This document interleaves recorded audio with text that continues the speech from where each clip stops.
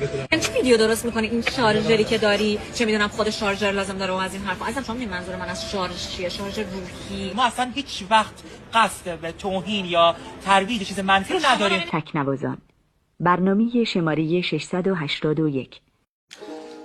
شهاب کجای دنیایی؟ میخوام بیام پاووست. خودتو عشق خوشگله توی ناموست. به استاد. استاد چقدر تیپ امروزتون قشنگ و جذابه. سوزنی زدم. اگه بیایم پیشت واسط خوب میشه چون باز میکنیم راگوزت. شهاب جونم خیلی مردی توی استاد وحشی بود بید. استاد چاکر رو دیدی؟ من ساکرتم استاد. استاد تا حالا کسی بهت داده؟ نه استاد. اون منم. تیکی تاکایی زدم بهش. امروز از در لج اومدی استاد. هر چی زودتر طلاق بگیر وگرنه که ماها میشیم کابوس اچینوپسیس فورموسا توی ناموست.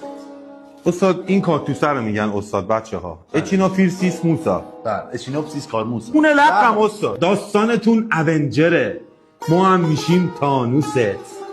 با یه بشکن حامله میشی هم خودت هم ناموست. استاد یه دقیقه لباسو بده بالا. بده بالا. قصه نخور شهاب جونم. میدونی داریم ما دوست. غم به دلت را نده. ما استاد جناس دوباره جناس. استاد باید بزنی توش استاد. آلت نرمال جواب نیست. میایم پیشت با کوزه هم توی ناموسه. استاد بارسلونا اینجوری فضای خالیشو پر نمیکنه. اگه استاد الان ببین منچستر واقعا دفاع چپش مشکل داره. خب زخم زبونی زدم و زنت زایید بازوزه. واجه آرایی میکنم توف تو ناموس. استاد جانم استاد میخوام تکنیک تو به رخ بکشم. از پیشرو یاد گرفتم اینو استاد. سرعتی نتونی ببینی شهاب خودت و زنت و همه رو با هم میگیرم میکنم چون داره ثواب. استاد بریم. بفهم استاد.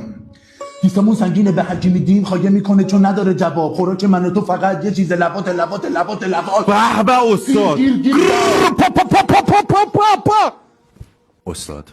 استاد به نظرت بعد از این شب شعر نباید همدیگر رو استاد واجبی زدم. واجبه که بزنیم. استاد جناس زدم استاد به عرفان رسیدی تو ادبیات. استاد تا شب شعری دیگر بدرود.